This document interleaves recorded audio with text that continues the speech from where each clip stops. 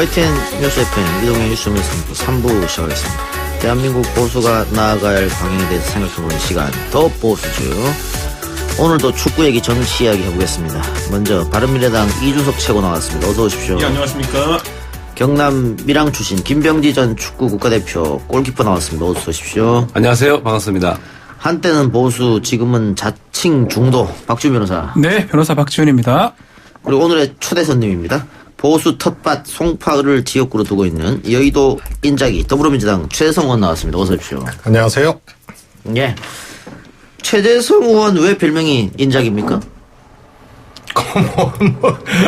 모르겠어요. 그렇게 누가 얘기를 한 게 좀 퍼져가지고. 예. 뭐 인자기 하면 위치 선정. 골 넣는데 항상 가 있다. 뭐 인자기 선수가 예. 뭐 여러 가지 이제 결함이 있음에도 불구하고 예, 그렇죠. 위치 선정과 또 이 공의 흐름을 잘 읽고 이런 거 아주 뛰어나잖아요. 예. 그래서 그렇게 붙여진 것 같은데 예. 저는 두루 갖췄거든요. 이번 송파를 선거도 위치 선정 잘해서 들어간 겁니까? 아, 그 선정은 진짜 기가 찬데요. 예술인데요. 그렇습니까? 예. 원래 나오길 두 군데밖에 안 나왔었어요. 노원하고 송파. 근데 제가 놀랐던 게 뭐냐면 노원에서 제가 선거 치르면은 보통 민주당이 노원, 병이 송파보다 밭이 좋거든요. 그렇죠. 근데 송파가 더 나왔던데요, 표는? 그러니까 위치 선정이 잘 된 거죠. 기가 막히게 들어가신 거예요. 뭐 작년 선거 같은 경우는 뭐 다시 오기 어렵죠. 워낙 지지율이 높고 예. 하니까. 김명희 선수는 최재성 의원과 같이 공함 차봤습니까? 근데 가끔씩 네. 네. 뭐 본인 이야기로는 자기가 국회의원 중 최고다라고 하는데 어때요? 객관적으로. 여야를 나눈다면 지금 여 쪽에서는 최고라고 이제 생각하고요. 예. 아까 뭐 위치 선정 얘기했는데 위치 선정한다고 해서 다 좋은 건 아니잖아요. 예. 결국은 골로 만들어내야 되는데 그 마지막 골을 만들어내는 능력이 탁월하시다. 골잡이다. 네, 그렇죠. 예. 근데 의원님들 축구하실 때 보니까 제가 몇 번 봤는데 심판 엄격하게 안 보던데. 그것도 뭐 4선, 5선 되면 또 봐주는 것들. 잡아 끌고 이러던데. 선수대로 다 가던데.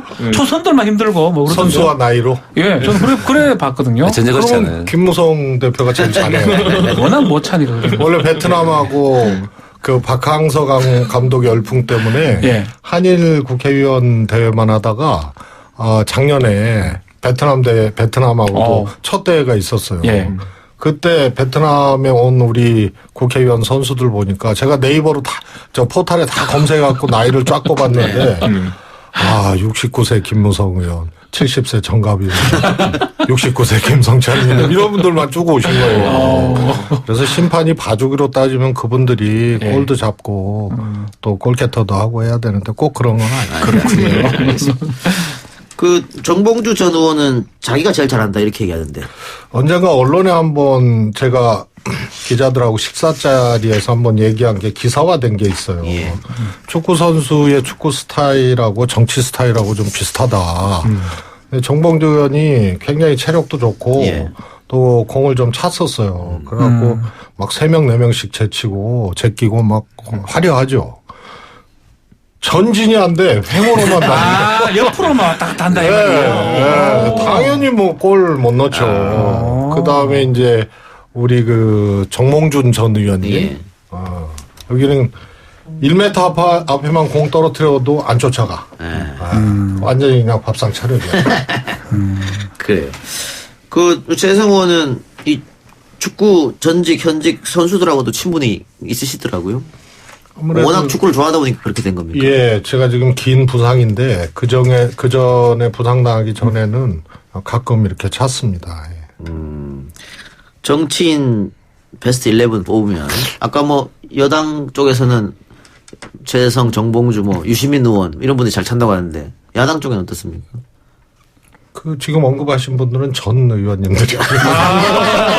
현직이 아니네.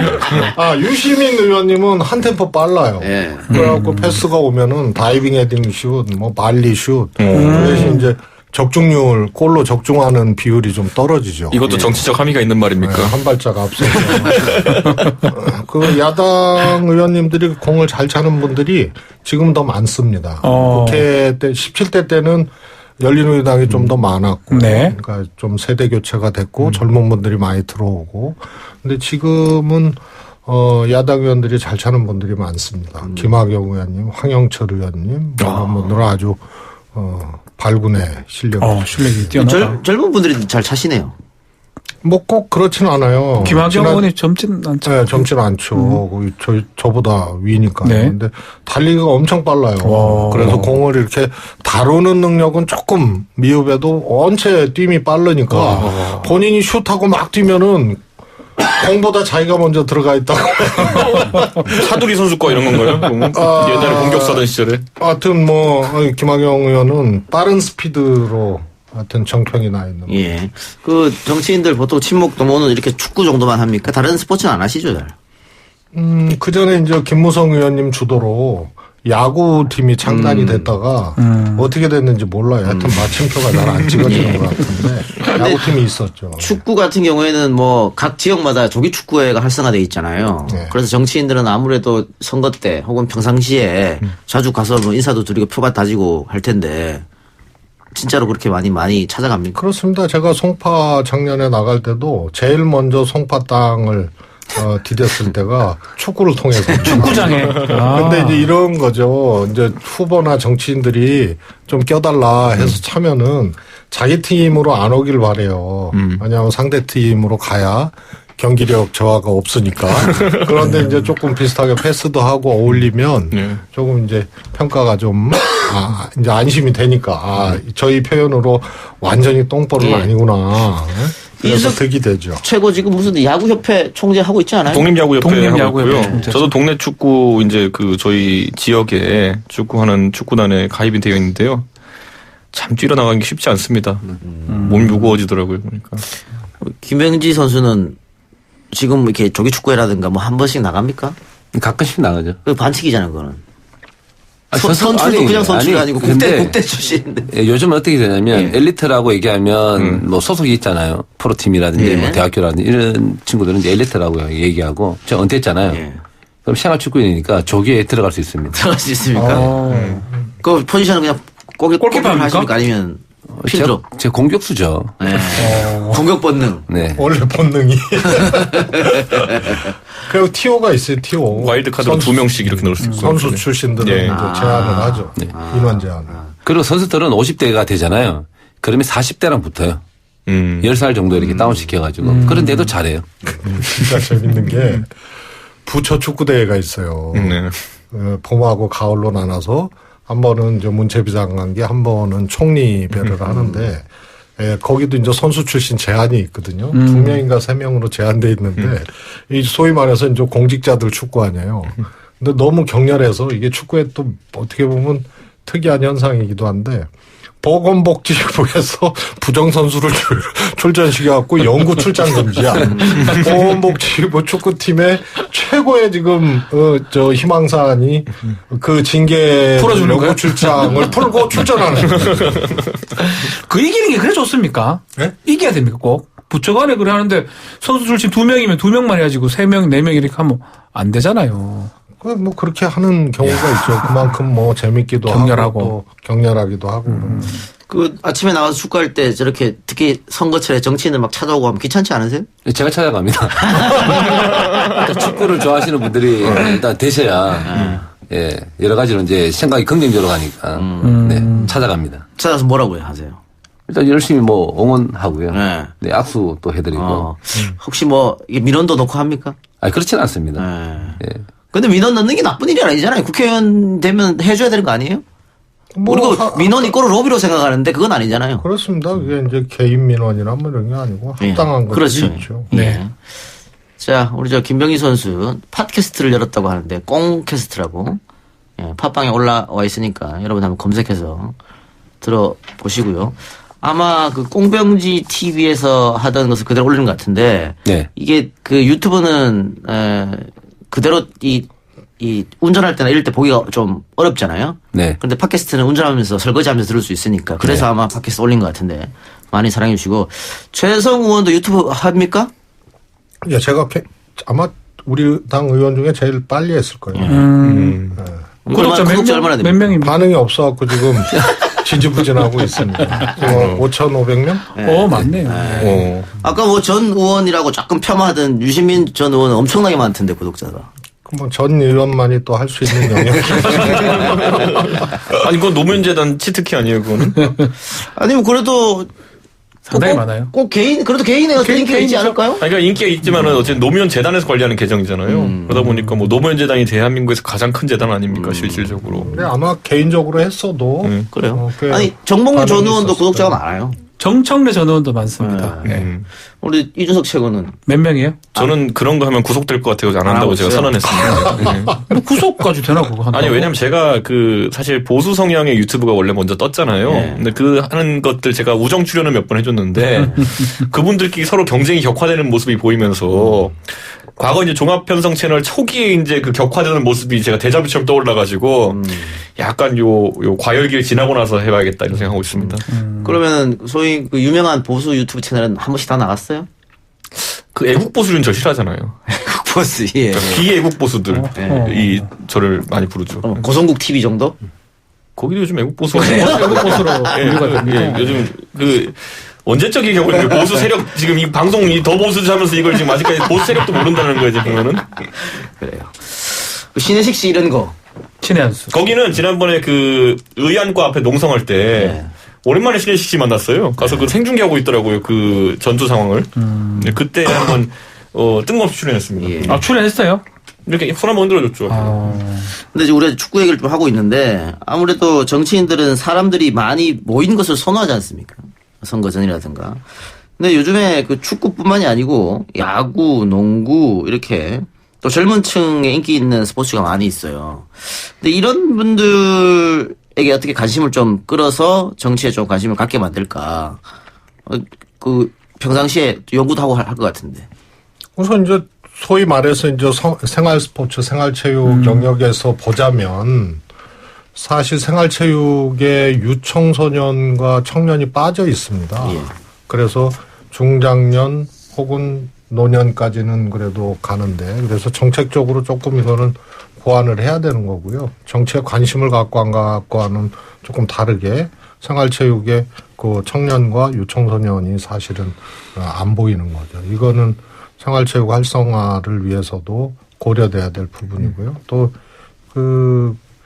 한 나라의 이제 경제력하고 생활체육 인구 또 그분들의 수준 이런 것들이 거의 정비례해요. 그래서 이것도 이 정책을 하는 사람들이 조금 이렇게 봐야 될 측면이 아닌가 싶습니다. 김병희 선수, 우리나라는 지금까지 엘리트 축구 중심으로 이루어진 거 아닙니까? 그렇죠. 예, 다들 그런데 뭐 생활체육으로 가야 된다, 유소년 축구를 활성화해야 된다. 그런데 잘 안 되고 있었던 것 같은데. 근데 엘리트는 소위 말하면 이제 선수 출신들인 거고 이제 생활 축구는 뒤떨어져 있지 않나라고 생각하는 전혀 그렇지가 않아요. 일단 학교 체육 생활을 했던 사람들 많고 그 다음에 방과 후 내지는 점심시간 또 놀잖아요. 그 자체가 생활 축구입니다. 생활 체육이고. 예, 그런데 지금 이제 나눠지다 보니까 엘리트만 그러지 않았나 그러는데 뭐 다 방과 후에 다 뭐 각각 또 배우고 싶은 뭐 태권도라든지 여러 가지 종목들은 다 하고 있습니다. 아니, 외국에 축구 잘하는 선수 보면은 뭐 직업이 2개씩 있고 이런 네. 분들도 계시더라고요. 네. 그러니까 유소년 축구부터 하면서 자기가 원하는 직업 갖고 있으면서도 또 축구 국대로 뛰고. 네. 근데 우리는 엘리트 축구 위주로 가다 보니까 축구 아니면은 다른 거를 못 하는. 그래서 만약에 축구로 대학을 못 갔다 그러면 뭐 이경영처럼 마치 그런 게 되는 것처럼 그래서 질문 한번 드려봤어요. 근데 이제 뭐 엘리트는 선수생활 하다 보니 공부가 이제 처지니까 이제 그런 판단을 하시는 경우가 많잖아요. 그래서 좀 집중되어 있는 공부를 좀 이렇게 했으면 좋겠는데 그렇지 못했다는 거죠. 저는 혹시 이거 한번 물어보고 싶은 게 저희 동네도 민원 들어오는 것 중에 하나가 결국 이제 정식 규격의 구장이 많아져야 된다라는 얘기를 하는데 네. 우리가 보통 어릴 때 우리가 그냥 놀이축구 하던 거 생각해 보면 학교 운동장에 줄 그어놓고 하는 거지만은 그 규격 축구장이 많이 부족한 거예요 지금 서울이나 이런 데. 현재 돈을 내고 이렇게 할 수 있는 구장이 제가 알기로 100개 정도밖에 없으니까요. 1000만이잖아요. 저희 대한민국인구가. 그리고 종로 같은 경우는 예전부터 이제 집중되어 있는 도시화되어 있다 보니까 안 되죠. 제가 알기로는 구장이 거의 없는 걸로 알고 있습니다. 그러니까 가양대교 밑에 가 있어. 네. 종로구 구장이 땅이 없으니까. 그러니까요. 그래서 말씀하신 그 활성화될 수 있는 구장이 작다 보니까 아이들이 놀 수 있는 공간도 없고 이건 어때요? 흙바닥과 잔디. 차이가 많이 경기력이 나죠. 많이 차이 나요? 천연 잔디는 일반적으로 이제 사용하기 힘들고요. 뭐 조금만 사용하면 뭐 파에서 이제 사용하기 힘드니까 지금 현재 비교하자면 인조 잔디가 맨땅인데 사실은 저희들은 인조 잔디가 더 편해요. 맨땅이 훨씬 더 해롭다고 생각하는데 그런데 개념 자체를 이제 예전에 이제 그 놀던 시절 말씀하시니까 맨땅이 더 좋지 않나라는 말씀하시는데 저는 인조잔디 구장이 더 환경적으로 더 좋다고 생각합니다. 그러니까 선수들, 초등학교 선수들이나 중학교 선수들이 맨 땅에서 하다가 갑자기 천연잔디 밟으면 경기력이 그만큼 차이가 있습니까? 좀 차이는 있지만 훨씬 더 뭐 정신적인 컨디션은 더 좋아집니다. 저는 그런데 확실히 그 구장이라는 게 확보되면은 견물생심이라고 아이들이 나서 놀게 되고 적응을 하거든요. 근데 제가 미국에 가서 항상 비행기 내릴 때 놀랐던 게 뭐냐면 시카고 이런 데는 보면은 야구에 미친 도시예요. 약간 야구가 과열된 도시거든요. 팀도 2개나 있고. 그러다 보니까 공항에서 내릴 때 보면은 그 다이아몬드를 하죠. 4개 붙여가지고 야구장 그 센터가 하나 만들어 놓은 그런 것들이 많죠. 그냥 공항에 내려가면서 계속 있어요. 전 처음에 뭔가 했어요. 저게 다 야구장이라는 걸 보니까 그리고 거기에 사람들이 계속 공을 던지고 있는 거 보니까 역시 생활체육이 활성화되려면 저렇게는 되겠구나라는 생각했는데 이 우리나라 같은 경우는 학교 운동장 정도가 주변에 있는 생활시설에 다니까 참 그게 보기 안 좋더라고요. 예. 자, 본격적으로 그러면 축구 얘기와 정치 얘기를 접목시켜 봅시다. 그게 가능하나요, 근데? 해보겠습니다. 지금 하면서도, 야, 정치 얘기는 언제 하느냐, 해보고 싶었는데, 가능한지. 자, 패스트트랙 지정. 패스트트랙입니까? 예, 지정 과정에서 자유한국당 의원들 또 보좌관 당직자들이 그 국회 이제 로비에 눕는 모습이 나왔죠. 네. 그래서 그 국회의원이 누구라고 얘기는 안 하겠습니다만, 자, 누구세요라고 하니까 보좌관과 당직자들이 자기들끼리 카톡을 나누더라고. 와, 누구래? 미쳤나봐. 나 갈래? 뭐 이런 자기들끼리. 그러니까, 보좌관의 당직자들은 원하지 않았던 걸로 보이는데, 여기 누워있는 거, 요걸 이제 축구에, 침대 축구에 연결해요. 이야, 이렇게 연결됩니까? 이야, 이렇게 연결됩니까? 이야, 상상도 못했네. 침대 축구, 중동 축구 알겠습니까? 자, 근데 이 패스트 트랙 과정에서 최성 의원은 이 화면 자체를 안 비치는 것 같은데. 예, 어디가 있었습니까? 뭐 현장에 있었는데 네. 지휘부 아니셨습니까? 지휘부. 선수가 있으니까. 소위 말하는 몸빵은 다른 사람이 해라 이런 거였습니까? 원래 저는 이 선진화법이 사실은 다수당이 되면 또 선진화법을 또 개정하고 싶어요. 왜냐하면 포인트가 그 패스트 트랙에 태우는 5분의 3이 대통령 탄핵 빼고는 전부 과반수인데 그렇죠. 굉장히 높은 그렇죠. 이 맞추기 어려워요. 의결 정족수거든요. 그래서 다수당이 쉽게 처리하지 못하게 한 게 하나 있고 그 대신 회의 진행 방해하면 엄벌하겠다 이 설계거든요. 그래서 2012년 이후로 실제로 몸싸움이 사라져 버렸습니다. 그래서 다시 몸싸움이 일어나는 현장을 보면서 다시는 그런 게 안 올 줄 알았거든요. 그리고 우리 당에서도 선진화법 개정해야 된다. 의결 요건이 너무 까다롭다. 이런 얘기 있을 때 저는 반대를 했던 게 그래도 정치 문화를 이 몸싸움 국회, 물리적 충돌이 있는 국회를 벗어나게 한 거기 때문에 조금 봐야 된다. 이제 이런 의견이어서요. 마음이 좀 이렇게 산란하더라고요. 이인숙 책은 어때요? 그 자유한국당에서 저렇게까지 할 필요가 있을까라는 생각이 들었는데. 중립적이니까 어때요? 저희는 그러니까 이게 어떤 기분이었냐면요. 저희도 이제 그 과정 중에서 뭐 반대 의견은 냈지만은 저희는 물리적 저지를 할 수 있는 실력이 없다 보니까 저희는 저런까지 꿈에 꾸지도 못했습니다. 눕고 싶지만 누울 곳이 없었다. 바른미래당은. 누워봤자 그냥 뛰어 넘어갈 수 있는 수준의 저희는 그거 세력이었으니까 저희는 그런 생각을 했는데 뭐 눕는 거 이전에 그 7층 의원과 앞에서의 대공성전. 네. 뭐 그거는 저는 아니 그 팩스 뺏고 찢고 예를 들면 최이배 의원 감금하고 이거 이 정도까지 할 필요가 있었을까? 그거 들었죠. 최이배 의원 감금당한 정황 들었죠. 네. 그 처음엔 와가지고 이배야 차 한잔 하자 이렇게 와서 온 다음에 나중에는 지연 전술하다가 그것까지 나왔어요. 뭔지 아세요? 몰라요. 소방서 전화한 거? 아니 민경욱 의원이 그 아마추어 마술사예요. 예. 그래서 마술 가방 들고 와서 마술 공연을 했다는 거예요. 거기서. 민규 의원이요? 예. 그래서 최이배 의원 달래려고?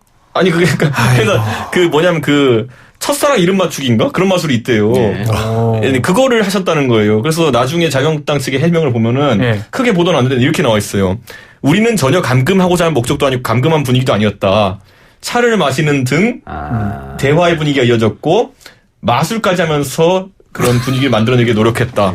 명분 쌓기였네. 실제로 마술을 했습니다. 네. 바리케이트 켜져 있는 게 다 봤는데 112 신고까지 다 들어가는 마술 같은 소리네요. 마술 하다 보니 좀 문 닫아놓고 해야 되고. 그거는 이제 87년 6.29 선언 후로 사실은 수사기관의 민주화운동 세력이 이제 잡혀도 이렇게 고문 같은 게 없어졌어요. 그 대신 이제 잠 안 재우기를 좀 했거든. 가혹행위. 예. 뭐 대화를 시키고 잘라 그러면 깨우고 그런 거하고 비슷한 거 아닌가요? 감금은 안 했으나 못 나가게는 했고. 예. 여기서 어쨌든 뭐 박지훈 변호사는 정치 평론도 하고 있으니까 네. 우리 김병지 위원이 제일 중립적일 것 같은데 그게 눕고 뭐 하는 모습 보면서 어떤 생각 드셨습니까? 뭐 축구랑 뭐 비교하자면요. 뭐 어떤 아니, 말에 골키퍼는 누울 일이 없잖아요. 골키퍼가 누구 놀 때 있어요. 예? 중동 축구 하다 보면 예. 일단 중동이 먼저 이기고 있으면 골키퍼부터 해가지고 11명 누군가는 누는데 누울 때 제일 두려운 선수가 골키퍼예요. 왜? 진행이 안 되니까. 장갑 끼고 있죠. 예. 그다음에 스타킹 내려야 되죠. 또 장갑 껴야 되죠. 또 골키퍼가 누우면 나갈 수 있는 게 아니라 치료가 끝날 때까지 경기장에서 계속 해야 돼요. 이런 규정 때문에 골키퍼가 들어놓을 때가 제일 어렵습니다. 그래서 중동하고 축구를 하게 되면 일단 첫째 선제 실점하지 말라고 그래요. 예. 이기고 있으면 절대 또 안 들어누워요. 그러니까 무조건 이기고 있는 경기 분위기를 만드는 게 제일 중요합니다. 어디지? 저 이란하고 포르투갈하고 했을 때 이란이 졌어. 침대 축구의 대명사 아니야. 그러니까 자기들이 막 일으키고. 그러니까 그만 누워라고. 실점을 먼저 하면 절대 안 되는 네. 거죠. 침대 축구 뚫는 방법 우리 광고 듣고 와서 계속 들어보겠습니다. 뉴스 신동 이 작가와 함께하는 비포장 뉴스 해학 뉴스 정면 승부.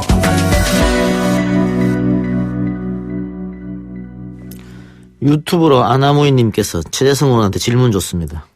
최 의원님 민주당에서 제일 얼굴 크십니까? 저는 송영길 의원을 의지하고 삽니다. 예. 아까 우리 침대 축구 얘기하다가 이리 넘어왔는데 이걸 뭐 깰 방법은 없죠. 아프다고 눕는데 어떻게? 그러니까 먼저 이겨야죠. 먼저 득점하는 수밖에 없다. 밟고 지나갈 수는 없는 거니까요. 네. 그런데 그 중동이랑 축구하면 이런 일이 많이 벌어지니까 먼저 알잖아요. 네. 그러다 보면 40분 넘어가면 좀 짜증이 나기 시작해. 축구 보는 것 자체를. 그러니까 축구의 재미를 아예 없애버리는 그런 경기를 이제 벌이는데 그 중동 선수들은 그런 걸 못 느낄까요? 이렇게 하면 축구 전체가 재미가 떨어진다라든가. 본인들도 알겠죠. 그리고 이제 그 추잡스러운 행동이라는 거 아니까 지고 있을 때는 빨리 하고 이기고 있을 때는 그러는데 근데 그쪽에서 리그를 하는 거 보면 구경 한번 해보고 싶어요. 어떻게 하는지. 네. 서로. 리그 아니 안에도 눕는지. 아까 뭐 마술 얘기 나왔으니까 축구는 90분이잖아요. 그 사람도 지고 있는 팀이 있고 이기고 있는 팀이 있잖아요. 이기고 있는 팀들은 그 90분 경기를 한 30분으로 만들 것 같아요. 60분은 누워있고 30분만 경기하는 게 아닐까. 아니 저는 근데 이 들어눕는 거 말고는 다른 지연 전술이 없나를 한번 궁금해서 물어보고 싶었던 게 영화에 나오는 것처럼 뭐 야구할 때 공을 밖으로 던지면 어떻게 돼요? 이런 것처럼 약간 뜬금없는 질문인데 네. 만약에 그냥 난 지연 전술 한다고 11명이 모여가지고 둥글게 하고 그냥 그 안에 공 넣고 기다리면 어떻게 돼요? 일단 그렇게 될 수가 없더라고요. 이제 뭐 만화에서는 하는 얘기들인데 이제 하나의 합법적인 방법들은 어떤 게 있냐면 요즘 빌드업 축구를 많이 하잖아요. 11명에서 볼을 돌리게 되면 이거 사실 빼뜨리기는 쉽지가 않아요. 기술적으로 좀 더 완벽해지면 아마 그런 합법적인 방법을 하지 않는 이상은 뭐 그래도 뭐 이 지역이라는 게 정해져 있으니까 쉽지가 않습니다. 공 뺏기 연습도 많이 하시잖아요. 훈련할 때. 가로치기. 네. 일단 뭐 공격 연습 아니면 수비 연습이니까요. 그래요. 자, 그 축구 재미 자체를 떨어뜨린다. 제가 얘기를 왜 했냐면 정치의 재미를 떨어뜨렸어요, 이번에? 정치 불신. 아하, 야, 잘 연결하니? 정치 혐오. 이게 연결되네, 또 그래서 이게. 자유한국당이 재미를 떨어뜨렸다. 이번에 이 동물국회 책임이 누가 있느냐. 여론조사를 해보면요. 대체적으로 자유한국당이 잘못했다가 한 4, 민주당이 잘못했다가 3, 둘 다 잘못했다가 15 이렇게 나오더라고요. 아니 우리가 주범인데 왜 우리는 없냐고요 거기서. 우리가 요인 제공자인데 왜 우리는 없냐고 이게. 눈에 안 띕니다. 그러니까 40%, 30%, 15%쯤 나오는데 저는 양쪽이 다 잘못했다고 말씀하신 이 15%가 굉장히 정치 불신과 혐오를 갖고 있는 집단인 것 같아요. 사실은 이게 어떻게 보면 누가 봐도 잘못된 게 눈에 보이거든요. 근데 야 니네 정치인들 다 잘못됐어 이렇게 말하는 게 정치 불신을 좀 조장하는 게 아닌가 어떻게 생각하십니까? 그렇기도 하고요. 예. 또, 그게 또 하나의 여야의 대립이나 이 논쟁의 시시비비의 문제를 떠나서 이제 정치 전체에 대한 불신의 크기 이런 것을 또 입증하는 거니까 또 그건 그거대로 또, 받아들여야 되지 않나 싶습니다. 진보 진영에서는 이런 주장을 많이 해요. 정치 불신과 혐오를 조장하고 불러일으키면 보수 쪽에 유리하다. 동의하십니까? 아니 혐오를 일으켜서 유리한 선거가 있어요. 아니 계속 그런 게 있으면 그게 이제 전통적인 이론에서 예. 투표율이 낮으면 보수가 유리하다라는 네, 그렇죠. 관점에서 이제 나왔던 예. 주장인데 예. 그게 이제 2012년 대선 때 한번 혁파된 이유로 이게 단순 투표율보다는 세대 투표 양상에서 어떤 세대가 많이 투표장에 나오는 게 유리하냐로 바뀌었거든요. 근데 저는 정치 혐오층이라 그러면은 소위 말하는 이제 좀 익숙해진 나이들 세대보다 젊은 세대가 투표장에 안 나올 것이다라는 인식하에서 그렇게 하는 것인데 글쎄요 저는 지난 선거들 과정으로 보면은 그래도 혐오를 유발한 쪽은 심판을 받는 편이다 이렇게 믿고 싶습니다. 네. 자 세대 투표 얘기 나왔으니까 이준석 최고도 이 부분에 대해서는 아직 자신 있어 할 것 같은데 2030 특히 남성 세대들이 그 정권에 대한 지지율 많이 떨어졌습니다. 또 민주당에 대한 지지율 아마 젠더 문제 가장 심할 거예요. 역차별 민주당으로서 이거 조금 뼈아프게 생각해야 되는 거 아닙니까? 우선 이제 사회경제적인 이제 어려움, 불안감, 이런 것이, 여러 가지 이제 사회적 사건 현상하고 연결이 되면서, 젠더 문제도 일부 나온 것 같아요. 그래서 이것에 대한 이제, 집권 여당이나 정부는 이제 처방을, 책임있게 이렇게 해야 되니까 그런 측면에서 이제, 소위 말해서, 이런 갈등들을 최소화시킬 수 있는 정책 방향을 이제 고민을 하고 있고 또 아마, 총선 전에 그런 것을, 또 시도하고 내놓을 예정입니다. 예. 김병희 선수 자녀 있죠? 네. 어떻게 되죠? 3남입니다. 아들만 셋입니까? 화끈합니다. 예. 그 제일 큰 애가 몇 살이에요? 21살. 아, 둘째는? 17살. 예. 그 어때요? 요즘 친구들이 네. 남자로 내가 태어나서 혜택 받았다. 그런 걸 전혀 못 느낀다 그러거든요. 오히려 역차별 받고 있다. 이런 얘기를 많이 한다고 하던데 혹시 그 자제분들도 그런 말씀을 아버지한테 합니까? 뭐 그런 얘기를 나눠본 적이 없습니다. 그럼 평소에 대화 많이 하세요? 근데 저는 느꼈을 이제 때요. 아들만 3명이니까 네. 딸이 하나 있었으면 좀 균형을 맞출 수 있었는데 시각적으로 봤을 때는 이제 오히려 저는 피해라고 생각하죠. 왜 아들만 셋이었을까. 지금이라도 안 됩니까? 근데 2남 1녀든 2녀 1남이었으면 네 번째까지 갈 계획이 있었는데 3남이니까 오히려 또 4남이 될까 싶어. 그래서 못 갔습니다. 그래요. 자, 그러면 이준석 최고가 한번 설명해 줘 보세요. 왜 요즘에 20, 30대 젊은 남성들이 소외감 느끼고 역차별 있다고 생각하시는지. 제일 많이 알 것 같아요. 이준석 최고위원이. 그래서 바른미래당 지지율이 많이 올랐어요. 고개는 진짜 바른미래당이 겨우 그 없는 거 다 긁어 모아놨더니만 지금 당 싸워가지고 지금 또 그거 다 흩어버리고 있는 상황이기 때문에. 그런데 이제 이건 거예요. 그러니까 저는 지금 50대 이상의 40대 이상의 그 과거의 가부장적 제도 하에서 뭘 좀 누릴 게 있었고 했던 분들 같은 경우에는 아직까지도 이 젠더 이슈에 대해 가지고 그 미안한 마음도 어느 정도 겹쳐 있고 하기 때문에 이 여성들에게 좀 기울어진 운동장이 있었다라는 것을 기본 전제로 깔고 접근하시는데 지금 20대 같은 경우에는 그게 아니라는 거죠. 대학 진학률도 그렇고 여러 가지 지표에서도 보면은 실제 뭐 공무원 이제 합격하는 비율만 놓고 본다 하더라도 뭐 여성이 이제 불리한 영역이 많이 줄어들었다. 그런데 이 상황에서 일부 인사들 같은 경우에는 아직도 뭐 할당제라든지 아니면 여성에 대한 지능책들을 많이 이야기하는데 저는 그 세대 간의 간극이 좀 있다는 생각이 들어요. 그러다 보니까 왜 50대, 60대가 가부장제로 그 비율어진 운동자 만들었던 것을 지금의 남성 20대, 30대한테 불이익 형태로 올 수 있는 할당제나 이런 거로 오히려 주려고 하느냐. 좀 분리돼야 되는 거 아니야. 왜 무슨 그 옛날 가족으로 까보면 남성팀, 여성팀 둘로 나눠 놓잖아요. 그렇죠. 네. 근데 이게 지금 세대별로도 다르다고요. 상황이. 근데 왜 그렇게 둘로만 묶어놓고 이렇게 하려고 하느냐. 좀 이런 반발이 있는 것 같아요. 박지훈 변호사는 뭐 TK 출신의 또 장남이고 엄청 혜택 좀 보고 살았죠? 집에서도 혜택 받았고 예. 계속적으로 혜택을 좀 받은 입장인데 저희는 이제 아들, 딸 둘이가 있습니다. 아직 뭐 어리긴 하지만 중학생 뭐 이 정도지만 벌써 분위기가 달라요. 네. 저희 어릴 때 클 때하고 지금 아이들은 뭐 아들이니까 이득 보고 뭐 딸이니까 불이익 보고 그래서 사실 전혀 그러지 않거든요. 그래서 사회가 바뀌는데 맞춰 가지고 어떤 정책이라든지 그래 가야 되지 옛날 방식으로 했을 때는 절대로 지지를 받을 수가 없다. 아이들이 생각이 듭니다. 사투리가 좀 나옵니까? 아이들은 서울에서 태어났어요. 아니 그래도 부모의 영향을 받긴 받거든요. 가끔씩 쓰는 것 같긴 해요. 예. 아니 이 정도로 짙으면 제 생각에 나올 것 같은데. 저 지금 거의 다 표준말로 하고 있는데 어떻게 그런 말을 하지? 완벽한 표준을 구사하고 지금 거의 표준말로 하고 있는데 지금 그런 말을 하고 있는데. 예, 6524님. 제가 제일 좋아하는 노원의 아들 이준석 최고. 내년에는 꼭 입성해야죠. 정치는 조직 싸움인데 자유한국당으로 가는 게 어떻습니까? 이런 질문. 이것도 뼈 때리는 것 네, 같은데. 뼈 때리는 질문인데. 뼈 때리는 질문인데 그 얘기하세요. 제가 나중에 제 전화번호부터 6524 한번 검색해보고 아는 분인지 해서 답변을 드릴 텐데, 그거 안 하려고 지금 이렇게 싸우고 있는 거 아닙니까? 왜냐면은, 다른 게 아니라, 글쎄요. 저는 앞으로 이 보수라는 집안에서 오래 살아야 되기 때문에, 네. 최대한 좋은 집에 살고 싶습니다. 그래서 현실과 타협하지 않고, 최대한 좋은 집 한번 지어보고 싶겠다는 생각으로 지금 이렇게 예. 집 없이 지금 이제 한 예. 2년 동안 뭐 있습니다. 지켜보겠습니다. 네. 뭐 총선 전에 정계 개편은 있을 거라고 다들 예상하는 거니까. 예상 좀 하지 마세요. 그런 것좀 방송 얘기하지 말라고요, 보니까. 근데 최세성 의원님, 지난번에 무소속 의원 2명 민주당 입당 녹화할 때 공개적으로 안 된다 반대했어요? 이유가 뭡니까?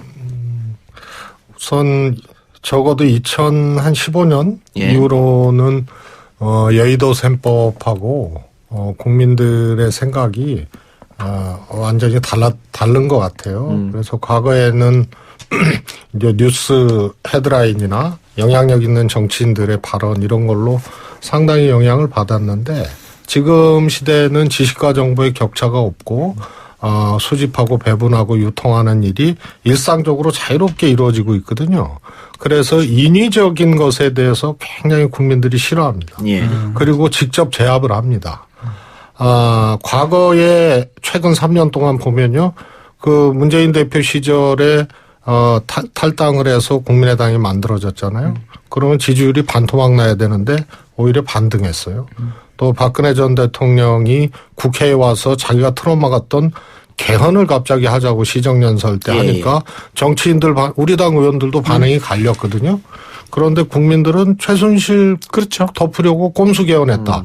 이게 이제 자유롭게 유통되니까 그런 게 좌절되고 국회 추천 총리도 우리 민주당 일부 의원도 야 저거 받아야 되는 거 아니냐. 박지원 의원 같은 경우는 선 총리 후하야 이런 얘기도 하고 근데 국민들은 국정에서 손 떼고 얘기해. 하야 얘기하는데 뭔 국회 추천 총리야. 그러면서 오히려 이제 퇴진을 강력하게 요구하는 이런 등등이 결국은 정치인들의 계산법, 셈법 또 인위적인 뭐 정계 개편 같은 거 이런 것을 싫어하기 때문에 저는 그것에 잘 정치인들이 이제 화답해야 된다 그런 뜻으로 이제 얘기를 한 거죠. 예. 혹시 민주당이 그때 148석을 갖고 있었는데 두 사람 오겠다 했는데 그때도 노 했을까요? 저는 뭐 정치는 그때 그것을 임기응변하고 필요에 의해서 그걸 꿰다 보면 결국은 길게는 그 패착한다고 보거든요. 이게 너무 교과서적이다. 아니 실제로 뭘 해야 된다면요. 두 의원님이 우리 당에 그때 노크를 했던 거는 전혀 뭐 아무 신호 없이 그냥 노크했겠습니까? 그렇죠. 네. 그래서 그게 과정의 표결이나 이럴 때 조금 부탁도 하고 도와달라고 하고 하면서 이런 것들이 이제 말이 어디선가 좀 오갔을 수가 있는 거죠. 그렇게 하면은 저는 어렵다고 봐요. 그러면은 총선 전에 그 이합집산 뭐 이런 거는 민주당은 안 받겠다. 이렇게 봐도 돼요? 뭐, 그 전에 제가 이제 우리 당의 혁신위원장 할 때죠. 대선에서 이기고 혁신해야 진짜 혁신이다 그래서 했어요, 그때. 그때, 나중에 이제 다른 당하고 그 전에 분당됐으니까 다음 총선 두고 합당 얘기가 나올 수가 있다. 그래서 전당원 투표로 민주당은 합당을 결정하게 그때 당원을 개정해 놨어요. 그런데 지지율 격차가 많이 날 때는 야 그럴 일이 있냐 뭐 이러지만 이게 이제 지금처럼 자유한국당이 일부 쫓아오고 이러면 수도권 의원들 중심으로 조금 불안할 수가 있거든요. 그래서 합당론이 나올 수 있게 돼 있습니다. 그러나 저희는 시스템이나 제도적으로 전당원 투표를 해야 되기 때문에 우리 정치인들의 이해나 요구 또 생각이 충돌하면서 결론이 나는 이런 거는 좀 벗어났다 이렇게 생각합니다. 알겠습니다. 지금 오늘 아침에 보니까는 이 국민청원 조작설에 대해서 나경원 원내대표가 북한의 지령을 받았다 이렇게 또 말씀하셔가지고 좀 너무 나가시는 게 아니니까 또다시 색깔론을 하는 거 아니냐 이런 생각이 들었는데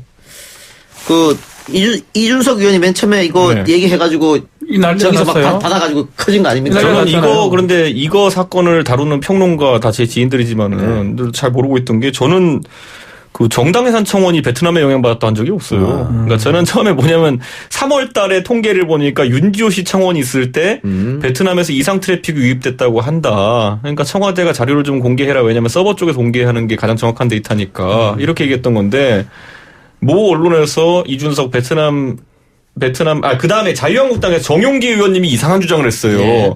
그 뭐 100만 명 중에 14만 명이 무슨 베트남 사람이라더라 이런 식으로 주장해가지고 전혀 다른 얘기에 제가 얽혀 들어가가지고 좀 고민 중인데 그래서 사실 그래서 제가 처음에 어쨌든 자유한국당이 그걸 좀 잘못 받아가지고 이해하겠지만 제가 어쨌든 통계를 제시했으니까 제가 책임감을 느낀다라고 이제 제가 유감 표명을 했는데 저는 안타까운 게 아니 그 정도 했으면 거기서 멈춰야지 왜 무슨 북한이 나오고 이렇게 하는 거에 대해서 저는 이해가 안 가더라고요. 김병희 선수는 어떻게 생각하십니까? 이거 청와대 야, 김병희 선수 오늘 엄청 웃었는데 지금 어이가 없다는 그런 웃음. 야, 북한 사주설. 그냥 침대 축구 해버려요. 대답하지 대답할 말고. 걸 하십니까? 할 말을 잃은 김병지 뭐 이렇게 나오는 거예요? 웃음으로 가름하고요. 아니, 유튜브에 있었으면 진짜 시원하게 한마디 했을 텐데. 이건 공중 방송이기 때문에. 네, 공중파와 유튜브의 차이점이 있더라고요. 사실은 그 탄핵 겪고 바른미래당과 분당하고 바른미래당 뭐 이해운 최고나 다른 사람들도 다 이제 색깔론 안 하겠다 이런 얘기 했었거든요. 근데 지금 자유한국당에서 다시 저런 색깔론을 끄집어내는 것은 탄핵 전으로 되돌아갔다. 혹은 탄핵 전 지지율을 회복했기 때문에 자신감의 발로다. 어떻게 보세요? 뭐 저는 탄핵 전 지지율 회복을 안 했다고 보는 사람이기 때문에 조금 그건 좀 다른 견해를 갖고 있습니다만 저거는 색깔론으로 얘기하기에는 너무 막말이죠. 그래서 저는 일종의 막말입니다. 생각 없이 얘기하고 그런 이제 청원을 할 국민들을 일단 무시하는 거 아니에요. 그렇죠. 알겠습니다. 그래서 저건 막말입니다. 오늘 시간이 없어서 여기서 좀 마무리하고요. 많은 분들이 최성 의원 나와서 또 풍성해졌다고 다음 주에 또 나오라고 하는데 좀 지켜보고요. 네, 오늘 내부 말씀 감사합니다. 수고하셨습니다. 네, 감사합니다. 감사합니다.